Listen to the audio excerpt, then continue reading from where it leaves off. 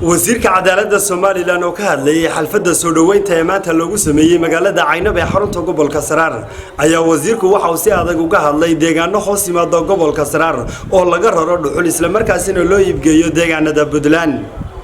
waxaanu maamulka gobolka ugu baaqay inay meel uga soo wada joostaan sidii loo joojin lahaa xaalufinta lagu hayo deegaankaasi dhanka kale waxa wasiirku xusay inay xukuumad ahaan roolkooda ka qaadan doonaan sidii loo joojin lahaa xaalufinta lagu hayo deegaanadaasi marka labaad waa ognahay waxyaabaha gobolka Saraar dhibaatooyinka haysta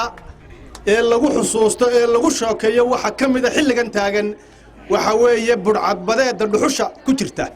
waynu ognahay waxa weeye waxa la marayaa in gobolada xagga inka xiga ay ku faanaan oo BBC-da ka soo daayaan dhuxusha waxaanu ka haylaa meel la yada Saraar baanu ka soo gurannaa waxa ila tahay baabuur baa la xidhay iyo inan baa la soo qabtay iyo gaadha iga xidhan iyo kani halkan uu ku jiro reer miyuuba aribu la joogay hadeer ba cidda gacanta ku haysa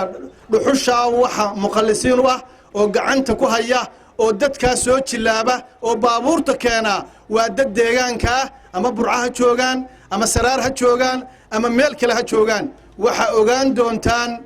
ogaan doontaan in mashruucaas burcadbadeednimada ahi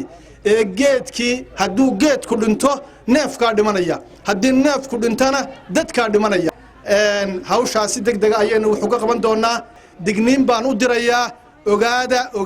ogaada dhirtii wax yar baa ka harsan waxa inaynu ku jahaadno soo iskuma ogin ma ku jahaadnaa وعلي آذن درر علي ثاني ورنك تلفزيون كون كيبل مقالة عينبا